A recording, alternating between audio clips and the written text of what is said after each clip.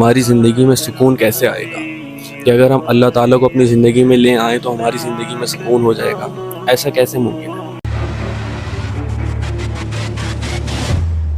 اکثر لوگوں کا یہ سوال ہوتا ہے کہ ہماری زندگی میں سکون کیسے آئے گا۔ اب سکون کا تعلق ہوتا ہے ہمارے دل کے اطمینان سے اور ذہنی طور پر ہم مطمئن ہوں۔ اب اس کے لیے کچھ چیزیں ہوتی ہیں جن کا ہمیں خیال رکھنا پڑتا ہے اور ان کو ساتھ لے کر چلنا پڑتا ہے۔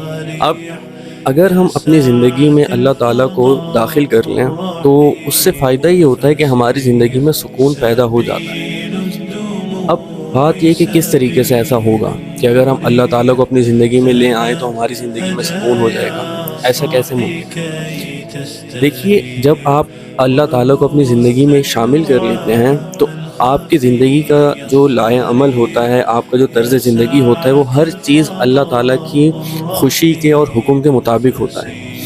تو جب آپ اپنی زندگی اپنے کریٹر کی بنائے ہوئے اصولوں کے مطابق گزارتے ہیں تو اس سے فائدہ یہ ہوتا ہے کہ آپ ذہنی طور پر مطمئن ہوتے ہیں۔ تو یہ ایک چیز ہمیں اپنے دماغ میں بٹھا لینی چاہیے کہ اگر ہم اپنی زندگی میں کسی قسم کا بھی اطمینان، سکون چاہتے ہیں کہ ہماری زندگی پریشانیوں سے ختم ہو، اور اگر پریشانیاں ہوں گی بھی ہماری زندگی میں تو اس میں بھی ہمیں صبر کی توفیق مل جائے گی، تو اس کے لیے بہتر یہ ہے کہ ہمیں اپنی زندگی میں اللہ تعالیٰ کو شامل کرنا پڑے گا۔